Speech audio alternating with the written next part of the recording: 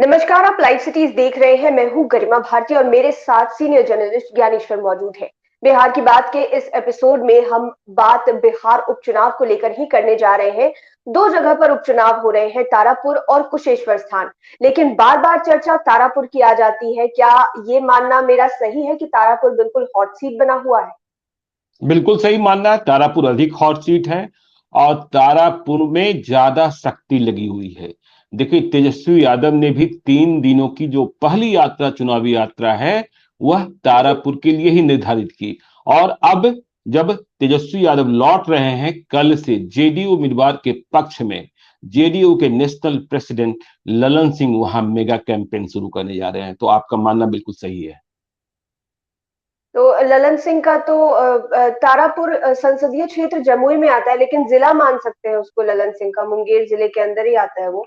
और बिल्कुल। मतलब जिस तरह से लोग जा रहे हैं तारापुर विधानसभा सीट में, ललन सिंह का तो आप उसको घर ही कहिए, बाकी के लोग जा रहे हैं, कैंप कर रहे हैं। किस तरह की व्यवस्था की जा रही है वहां पर कि इतने सारे बड़े बड़े नेता एक साथ एक विधानसभा सीट के लिए पंचायतों के हिसाब से जमा हो गए हैं? नहीं, देखिए, पहले जो आज का घटनाक्रम है और जो आज का फीडबैक है, तारापुर से हम लगातार संपर्क में हैं। उन बातों को जी। पहले समझिए। बिहार की बात में हम अपने दर्शकों को समझाना चाहते हैं, क्योंकि ये महाभारत बड़ा होता दिख रहा है। हालांकि जी। इससे सरकार की सेहत पर कोई फर्क नहीं पड़ने वाला है। जैसा तेजस्वी यादव कह रहे हैं कि इन 2 सीटों की जीत से वे सरकार बना सकते हैं। कैसे बनाएंगे, कौन सा गणित है, मुझे तो ये दिन में दिखा हुआ सपना दिखाई पड़ता है। क्योंकि बहुत सारे जो दांवपेच हैं, और जो आपको पता है कि सीटों की संख्या इतनी इन 2 सीटों से नहीं हो जाने वाली है कि तेजस्वी यादव मुख्यमंत्री पद की शपथ ले लेंगे। लेकिन आज का डेवलपमेंट ये रहा कि शकुनी चौधरी के बड़े बेटे रोहित चौधरी आज जेडीयू में शामिल हो गए हैं। शकुनी चौधरी एक फैक्टर हैं। शकुनी चौधरी के दूसरे बेटे सम्राट चौधरी बीजेपी से एमएलसी हैं और बिहार सरकार में मंत्री हैं।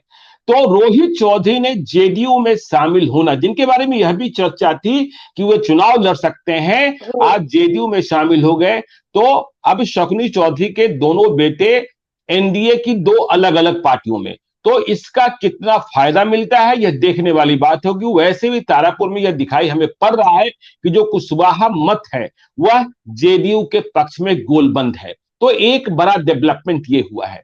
और देखिए, जो दूसरी बात, जो फीडबैक हमारी है तारापुर से, तेजस्वी जी। यादव ने 3 दिनों तक बहुत ही धुआंधार चुनाव प्रचार किया है। धंगच के किया है, कह सकते हैं। मतलब एक एक दिन में 40-40 गांव। लेकिन देखिए, जब चुनाव का अंतिम वक्त आता है ना, देखिए 25 तारीख से 28 तारीख तारापुर के लिए बहुत ही महत्वपूर्ण होगा। हम्म। यदि हम तारापुर की बात कर ले तो देखिए, तारापुर बहुत बड़ा शहर नहीं है। तारापुर में जितने विवाह मंडप हैं, वहां कोई बहुत सारे होटल और गेस्ट हाउस तो है नहीं। और जो विधायक हैं आजकल, देखिए, जो विधायक हो जाते हैं, जो नेता हो जाते हैं, उन्हें एयर कंडीशन की ऐसी लत लगती है कि उससे निकल पाना बहुत ही मुश्किल होता है। तो हम्म। जितने विवाह मंडप हैं, करीब करीब उसे जेडीयू वालों ने बुक करा लिया है। यानी तो कि मैरिज हॉल। हाँ जी, बिल्कुल बिल्कुल। वहीं उनके कार्यकर्ता, बाहर से आने वाले नेता और ये तमाम लोग ठहर रहे हैं। और जो अधिक संपन्न हैं वे रात को या तो भागलपुर चले जा रहे हैं, जो और संपन्न हैं वे देवघर तक पहुंच जा रहे हैं। देवघर जाने की वजह और भी कुछ होती है, आपने भी जी। मुस्कुरा दिया, समझ, ठीक है, समझ सकती हैं।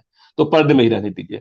लेकिन जो देखिए, तारापुर से जो हमें फीडबैक है, ये तेजस्वी यादव को समझना चाहिए।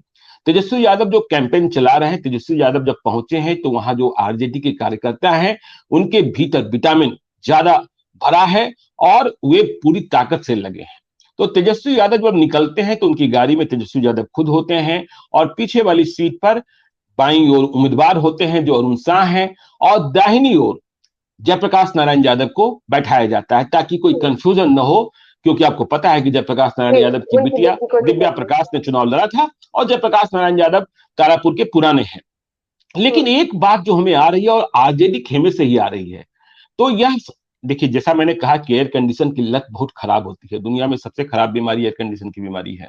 यदि आपको लत लग गई तो शिकायत यह है कि तेजस्वी यादव जब चलते हैं, निकलते हैं, तो जहां बड़ी भीड़ होती है, जहां 400-500 आदमी इकट्ठा है, वहां तो उनकी गाड़ी का शीशा उतर जाता है और वे अभिवादन भी कर लेते हैं। जी। लेकिन जहां कम लोग होते हैं, देखिए ये चुनाव है और चुनाव में एक एक वोट महत्वपूर्ण होता है। बिल्कुल। और तेजस्वी यादव अभी युवा तुर्क हैं। लालू यादव तो आप जानते हैं कि लालू यादव तो यह कहते थे कि भाई सत्तू बांध लो, भिंडी का भुजिया बांध लो, कद्दू कहाँ सत्तू पी लेंगे, कहाँ कद्दू की सब्जी खा लेंगे। तो तेजस्वी यादव ये तारापुर से फीडबैक है और ये तेजस्वी यादव को समझना चाहिए कि जहां कम लोग होते हैं वहां उनकी गाड़ी का शीशा नहीं नीचे आता है। ऐसे में वे लोग, वे कार्यकर्ता, वे मायूस होते हैं। तो देखिए अभी बिल्कुल। बहुत लंबी राजनीति करनी है तेजस्वी यादव को, चुनावी लड़ाई लड़नी है, तो इन बातों पर इन्हें ध्यान देना चाहिए। अब देखिए यह बात भी सही है कि जब 40-40 गांवों का एक दिन दौरा करना हो तो कितनी बार हाथ उठाएं, कितना बार हाथ जोड़ें। अब तो फिर इतनी बार हाथ जोड़ेंगे तो रात में इसे मलना भी पड़ेगा। लेकिन खैर देखिए अब ये लड़ाई है तो करना आपको पड़ेगा। तो नहीं, इस बात बात बात सिर्फ चुनाव की थोड़ी ही है, बात है लालू यादव की लेगेसी की। और तेजस्वी यादव को उसको लेकर आगे बढ़ना है तो गांव के छोटे छोटे बच्चों को भी गोद में उठाना पड़ेगा, अगर ऐसा वो चाहते हैं कि लालू की तरह उनका वर्चस्व बने जगह जगह। लालू, देखिए लालू यादव है, उनकी तरह होना। लालू यादव जानते थे कि कैसे कहाँ क्या करना है। लालू यादव रोते हुए बच्चे को या मालूम हुआ कि जिस नाक की गंदगी साफ कर दे रहे हैं, लालू यादव हैं। देखिए लालू यादव को इस बात का फर्क नहीं पता था कि लालू यादव जानते थे कि कहाँ हमको बड़े लोगों को सुना देना है। लालू यादव जब निकलते थे तो फिर एयर कंडीशन की चिंता नहीं करते थे, ठीक है ना। और कहाँ बैठ जाना है, क्या कर लेना है। मधेपुरा के लोगों को याद है कि लालू यादव जब गांव में, जब मधेपुरा का चुनाव लड़ते थे लालू यादव, जी। जी। तो रात में जब गांव में रहते थे हुए तो सुबह लोटा लेकर शौच करने चले जाते थे मधेपुरा के लोग। लेकिन यह भी तो देखिए उस तरीके से संभव तो नहीं है। लेकिन हाँ, जो नए युवा तुर्क हैं उन्हें अपने पिता से इन बातों की सीख लेनी चाहिए कि चुनाव की लड़ाई कैसे लड़ी जाती है। तो और अब देखिए ये लौट कर आ रहे हैं, इनके लौटने के बाद कार्यकर्ताओं में जोश कितना रहता है। मैंने कहा ना कि जो चुनाव के अंतिम दिन होते हैं, प्रचार के अंतिम दिन होते हैं, अभी तो तेजस्वी यादव को दिखाने के लिए पूरी ताकत दिख रही है। और जो दूसरी शिकायत आ रही है आरजेडी खेमे से, तारापुर से, यह शिकायत देखिए जेडीयू से भी है। लेकिन जेडीयू इस सीट को जीतने के लिए बाकी जगहों से भी बाकी लोग भी व्यवस्था करेंगे कि जो आरजेडी के उम्मीदवार हैं वे संसाधन अपने कार्यकर्ताओं को मुहैया नहीं करा रहे हैं। मतलब सीधे तौर पर कहें तो विटामिन सी के खर्च में मक्खी चूस बने हुए हैं, जबकि वे साधन संपन्न माने जाते हैं, पैसे की कोई कमी नहीं है। लोग तो मतलब यहां किस तक किस बता, तरह का साधन, किस तरह का साधन, डीजल पेट्रोल वाला? हाँ हाँ, डीजल पेट्रोल, विटामिन सी मतलब विटामिन कैश समझिए ना, मैंने तो समझा तो दिया कि वो मतलब रोकड़ा निकाल ही नहीं रहे हैं। तो देखिए तेजस्वी यादव को चेहरा दिखाने के लिए आरजेडी के कार्यकर्ता अपना ईंधन तो जला देंगे, लेकिन अरुण साह को जिताने के लिए कार्यकर्ता अपना ईंधन नहीं जिताएंगे, लगाएंगे। तो कहा यह गया कि जब इनका नामांकन हुआ और नामांकन के बाद सभा हुई तो वहां जो पटना से गए हुए अतिथि थे उनकी मेज के आगे पानी की बंद बोतलें भी नहीं रखी गई थी। लोग बड़े गुस्से हुए थे कि इतनी कंजूसी। तो यह कंजूसी कहीं महंगा ना पड़ जाए, क्योंकि देखिए बगैर ईंधन का शायद आप, यह कहा जा रहा है कि ये कर लेगा वो कर लेगा। यदि आप चुनाव लड़ने को निकले हैं और उपचुनाव है जहां सरकार से सीधी लड़ाई है, नीतीश कुमार की से सीधी लड़ाई है, और वहां आपको पता है कि एनडीए से कितने कितने लोग मौजूद हैं वहां। फिर देखिए मैंने कहा ना विटामिन सी की बात करी, वहां 43 पंचायत है, 43 पंचायत है, और तेजस्वी यादव ने 43 पंचायतों में 43 विधायकों की ड्यूटी लगा दी है। तो जितने विधायक हैं, कोई 2 गाड़ी के साथ, कोई 4 गाड़ी के साथ, कोई 6 गाड़ी के साथ, एक विधायक तो ऐसे हैं जो 60 गाड़ी के साथ, 60 गाड़ी के साथ पहुंचे हैं, व्हीकल्स के साथ। अब उनकी देखभाल कौन करे? जो पंचायत इकाई है पार्टी की, उसके पास इतनी संपन्नता कहां है, हाँ, कि वो उनकी देखभाल करे। और जो पटना से जा रहे हैं उनकी फरमाइश भी अलग अलग है। यदि उन्हें सुबह का नाश्ता चाहिए, रात का खाना चाहिए, तो उसमें मशरूम होना चाहिए। यह बात देखिए वहां से आई है। सुबह रात को भिगोया हुआ उबला हुआ चना चाहिए, तो ये कहां गांव में मिलने वाला है। तो वहां जो इतने लोग पहुंच गए हैं और विटामिन सी उम्मीदवार खर्च नहीं कर रहे हैं, तो जो पंचायत वाले वो परेशान हैं कि हम आतिथ्य भी कहां से करें। जो विधायक जी हैं अपनी गाड़ी में तेल तो भरवा दे रहे हैं, लेकिन विधायक जी के स्वागत के लिए जिंदाबाद का नारा लगाने के लिए जो कार्यकर्ता है उन्हें तो विटामिन सी चाहिए। तो यह समस्या भी इन्हें समझना होगा। और चुनाव तो आजकल जानते हैं कि बिना पैसे का चुनाव होता नहीं है। देखिए पैसा राजीव कुमार सिंह जेडीयू के प्रत्याशी भी खर्च नहीं कर रहे हैं, जो जरूरत है उससे कम खर्च कर रहे हैं, लेकिन उनको पता है कि यह चुनाव जीतने को जितने सारे मंत्री संतरी लगाए गए हैं वह एड़ी चोटी एक कर देंगे। उनके पास यह समझ है, क्योंकि उन्हें पता है कि यह चुनाव मेरे लिए जितना महत्वपूर्ण है उससे ज्यादा महत्वपूर्ण नीतीश कुमार के लिए है, क्योंकि यह सीट जेडीयू की रही है। और जेडीयू यदि यह सीट लूज करती है तो मैसेज यह जाएगा कि नीतीश कुमार की पॉपुलैरिटी, नीतीश कुमार की लीडरशिप पर सवाल पैदा होगा। तो ये सारी चीजें वहां से फीडबैक मिल रही है। देखिए एक और महत्वपूर्ण फीडबैक है, जो जेडीयू के उम्मीदवार हैं राजीव कुमार सिंह कुशवाहा, वे कहने को तो एनडीए के उम्मीदवार हैं, लेकिन अब तक, मतलब आज तारीख 19, अब तक वहां बीजेपी के नेताओं का प्रचार या बीजेपी के, देखिए मुंगेर जिला के जो बीजेपी के विधायक हैं या पूर्व विधायक हैं वो तो दिख रहे हैं, लेकिन जिस तरीके का यह महाभारत है और जिस तरीके की लड़ाई है, जेडीयू को ग्राउंड जीरो पर बीजेपी के बड़े नेताओं की ओर से कैंपेन नहीं दिख रहा है। तो यह मैसेज भी क्लियर करना पड़ेगा। देखना होगा कि बीजेपी के कौन कौन नेता वहां जाते हैं। सम्राट चौधरी का क्या स्टैंड है, वो दिख रहे हैं ग्राउंड पे? सम्राट चौधरी तो शायद कल अयोध्या में थे, आ गए हैं। अभी तो अयोध्या में भगवान श्री राम के चरणों में गए हुए थे, लेकिन चुनाव के समय वहां उन्हें रहना चाहिए और आगे आने वाले दिनों में दिखाई पड़ेगा। अब एक भाई तो उनके पहुंच ही गए हैं, सम्राट चौधरी भी, देखिए उनकी मजबूरी है, उन्हें जाना होगा, ठीक है ना। और जैसा हम पहले से कहते आ रहे हैं कि तारापुर में कुशवाहा और यादव वे तो बिल्कुल आमने सामने हैं। ठीक है, यादव को टिकट नहीं मिला इस बार, लेकिन यादव जाएंगे कहां? बिहार में सब कुछ जाती है। हाँ, टिकट नहीं मिलने की वजह से यादव मतदाताओं ने परसेंटेज कम कर दिया मतदान का, तो इसका सीधा नुकसान होगा। तो एक खबर यह भी आ रही है कि जो अरुण शाह हैं वो अपने असरगन से बाहर निकल ही नहीं पा रहे हैं, तो वो नहीं निकलेंगे और अपने मतदाताओं को, उन्हें यह बताना होगा अपने मतदाताओं को। जो माई समीकरण है, एक वीडियो भी वायरल हो रहा है वहां, मुसलमानों का ही वीडियो है।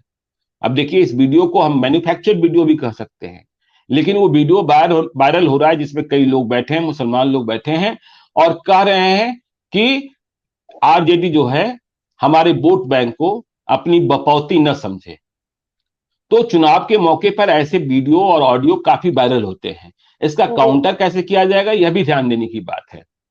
तो वैश्य मतदाताओं पर यदि आरजेडी अधिकार जता रहा है तो जेडीयू मानता यह है कि वो कैसे जा सकते हैं। उन्हें 1990 से लेकर 2005 तक की बात याद कराई जा रही है कि क्या क्या हुआ था और फिर आज कैसे माहौल में शांति हुई है। तो तारापुर की लड़ाई बहुत ही बड़ी लड़ाई है और तारापुर की लड़ाई को कैसे निपटेंगे, देखिए तेजस्वी यादव वाले लौट आ रहे हैं।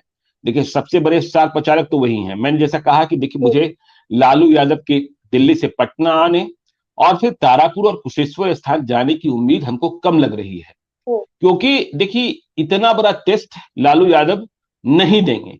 क्योंकि यदि उपचुनाव में, देखिए मैं पहले भी कहता रहा हूं कि उपचुनाव में सत्ता का जोर बहुत चलता है, लेकिन ऐसा भी नहीं कि अपवाद नहीं है। अपवाद है, प्रभुनाथ सिंह चुनाव जीते थे उपचुनाव में। अपवाद है, शिमरी बख्तियारपुर में आरजेडी ने चुनाव में जीत हासिल कर ली थी। तो अपवाद है, लेकिन इस अपवाद के लिए लड़ने की, और 2 ही सीट पर है।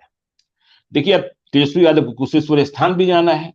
हाँ, ये खबर आ रही है कि देखिए कांग्रेस भी तारापुर में मजबूती से लड़ रही है, लेकिन देखना यह होगा कि आमने सामने की लड़ाई में कांग्रेस के उम्मीदवार को, अब कन्हैया कुमार भी वहां पहुंचने वाले हैं, तो कन्हैया कुमार वहां क्या करते हैं नहीं करते हैं, देखिए कन्हैया कुमार की पहली परीक्षा है। और हम तो यह मानेंगे कि यदि कांग्रेस के उम्मीदवार राजेश मिश्रा, जो पिछले बार निर्दलीय चुनाव लड़ गए थे कांग्रेस से टिकट न मिलने की स्थिति में, और 10,000 से कुछ अधिक मत, 11,000 से कुछ कम ले आए थे, यदि वे इससे अधिक ले आते हैं तो अपने मकसद में कामयाब हो जाएंगे। तब कन्हैया कुमार भी पीठ थपथपा लेंगे, मदन मोहन झा भी पीठ थपथपा लेंगे, और हो सकता है कांग्रेस उम्मीदवार को मिले मत जो है वह आरजेडी उम्मीदवार के लिए बिल्कुल विटामिन या कहें कोरामिन की तरह साबित होगा। तो यह चुनाव बहुत ही संघर्षपूर्ण चुनाव है। और बूथ मैनेजमेंट, लोग वहां, आपने विधायकों को पहुंचा दिया, और विधायकों की जो खेमेबंदी कैसे की गई है, अब चेतन आनंद वहां पहुंचे तो चेतन आनंद के जिम्मे राजपूतों का गांव है। अब यदि वहां बेस्ट विधायक पहुंचाए जा रहे हैं तो वहां जो बेस्ट से प्रभावित इलाके हैं वो गांव हैं। लाल यादव पहुंचे हैं तो वहां यादवों का गांव है, तो उन्हें जिम्मेवारी दी जा रही है। मतलब दोनों ओर से किलेबंदी की जा रही है। अशोक चौधरी वहां लगातार बने हुए हैं कि अशोक चौधरी, ललन सिंह के बारे में आपने बात कही कि उनका जिला, देखिए उनका संसदीय क्षेत्र मुंगेर है, जिला कह सकते हैं मुंगेर है, और रहने वाले तो मूल रूप से, हाँ रहने वाले तो मूल रूप से नालंदा जिले के हैं। लेकिन ललन सिंह, आपको पता है कि सब विद्या जानते हैं, ललन सिंह ने तारापुर के उपचुनाव के लिए बहुत सारी व्यवस्थाएं पहले से कर रखी थी। प्रशासन में वहां बहुत बहुत सारे परिवर्तन हो गए थे, तो उपचुनाव में ये सारे आपको दिखाई पड़ेंगे। और देखना होगा कि अंतिम 5 दिनों में, चुनाव प्रचार के अंतिम 5 दिनों में, और जब चुनाव प्रचार खत्म हो जाता है तो चुनाव मतलब वोटिंग शुरू होने के पहले का जितना वक्त होता है, उस वक्त में देखिए आपने वैश्य को उम्मीदवार बना दिया, लेकिन यादव और मुसलमान, तो यादवों के जो बूथ होंगे वहां किस तरीके से आप एग्रेसिव वोटिंग करा पाते हैं, ये देखने वाली बात होगी। यदि आपका अपना ही वोट बैंक यदि एग्रेसिव नहीं रहा, वहां वोटिंग का परसेंटेज खराब हो गया, तो लड़ाई कमजोर पड़ेगी। तो इसलिए आज की तारीख में आप किसको आगे माने किसको पीछे माने, आज शाम तक वहां तेजस्वी यादव थे इसलिए जिंदाबाद का नारा अधिक लग रहा था, कल से ललन सिंह पहुंच जाएंगे तो जेडीयू का जिंदाबाद का नारा आपको अधिक दिखाई पड़ेगा। और उधर भी हमें नोटिस करना पड़ेगा कि जो बड़े नेता हैं उनकी गाड़ियों के शीशे उतर रहे हैं कि नहीं उतर रहे हैं, ये पॉलिटिकल कल्चर है। और जब आप शीशे नहीं उतारते हैं, हाथ नहीं जोड़ते हैं, तो लोगों को मायूसी होती है और लगता है कि हाँ ये आदमी अपने को बहुत बड़ा समझने लगा है, हमारी ओर हमारे देश का नहीं है, हमारा नेता हमारी ओर देखता भी नहीं है। तो इन मुद्दों पर, इसलिए तारापुर पर आज भी हमने बिहार की बात करी है, कुशेश्वर स्थान पर भी हमारा ध्यान है। चुनाव जितना करीब अंतिम बात मुझे जाननी थी। आपने बताया कि पंचायतों के हिसाब से आरजेडी ने विधायक बिठा रखे हैं और उसमें भी जाति का खास ख्याल रखा गया है कि जिस गांव में जिस जाति का ज्यादा जोर है। तो जेडीयू की तरफ से भी ऐसा कुछ किया गया है या फिर जेडीयू बस बड़े-बड़े नेताओं को? जेडीयू की ओर से भी समानांतर व्यवस्था है, जेडीयू की ओर से भी समानांतर व्यवस्था है, वहां भी माइक्रो मैनेजमेंट है। और वहां माइक्रो मैनेजमेंट सब स्तर पर है। मैंने कहा ना कि बहुत सारी तैयारी, मेवालाल चौधरी के निधन के बाद जेडीयू को पता था कि यहाँ उपचुनाव होगा, तो वो माइक्रो मैनेजमेंट भी करके रखा गया है। तो इसलिए यह चुनाव जो है तेजस्वी यादव जीतेंगे कि जेडीयू जीतेगा, यह देखने वाली बात होगी। तेजस्वी यादव के लिए भी परीक्षा है और नीतीश कुमार के लिए भी परीक्षा है। तो तारापुर पर और कुशेश्वर स्थान पर हमारी आपकी नजर बनी रहनी चाहिए। बिल्कुल, सीटें 2 ही हैं उपचुनाव के लिए, लेकिन लड़ाई जो है वो महाभारत से छिड़ गई है। खास करके तारापुर, आपने जाना कि अभी दोनों सीटों में से सबसे हॉट सीट बनी हुई है तारापुर। हमारी नजर इस पर बरकरार रहेगी। जो भी अपडेट होंगे हम आप तक जरूर पहुंचाएंगे। बिहार की बात के इस एपिसोड में फिलहाल इतना ही। हमारे चैनल को सब्सक्राइब करें। ये वीडियो फेसबुक पर देख रहे हैं तो पेज को लाइक करें, साथ ही साथ हमें ट्विटर पर जरूर फॉलो करें। धन्यवाद।